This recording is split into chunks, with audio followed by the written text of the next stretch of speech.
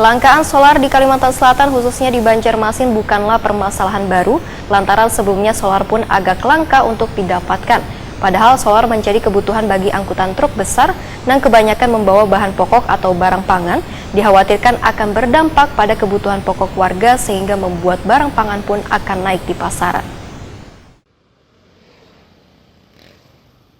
Kelangkaan solar di Kalimantan Selatan khususnya di Banjarmasin bukanlah permasalahan baru, lantaran sebelumnya solar pun agak langka untuk didapatkan. Padahal solar menjadi kebutuhan bagi angkutan truk besar dan kebanyakan membawa bahan pokok dan barang pangan. Jika permasalahan kelangkaan solar hingga mengakibatkan antrian angkutan yang panjang, maka akan berdampak pada kebutuhan pokok warga, sehingga membuat barang pangan pun akan naik di pasaran.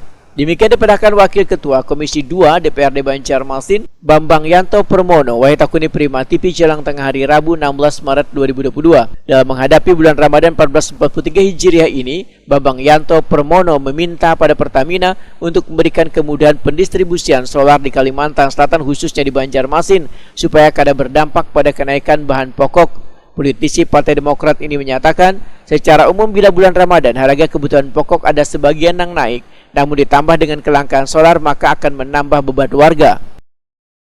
Justru itu dalam menghadapi bulan Ramadan ini kita minta kepada Pertamina untuk memberikan kemudahan untuk distribusi solar di Kalimantan Selatan supaya khususnya Banjarmasin supaya dalam menghadapi Ramadan ini tidak berdampak pada kenaikan bahan pokok. Karena secara umum yang namanya bulan Ramadan otomatis semua bahan akan naik.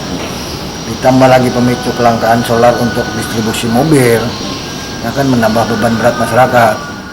Bambang Yanto Permono berharap kelangkaan solar ini dapat secepatnya teratasi oleh Pertamina agar distribusi bahan pokok menjelang hingga Ramadan nanti berjalan lancar dan harganya pun bisa terkendali.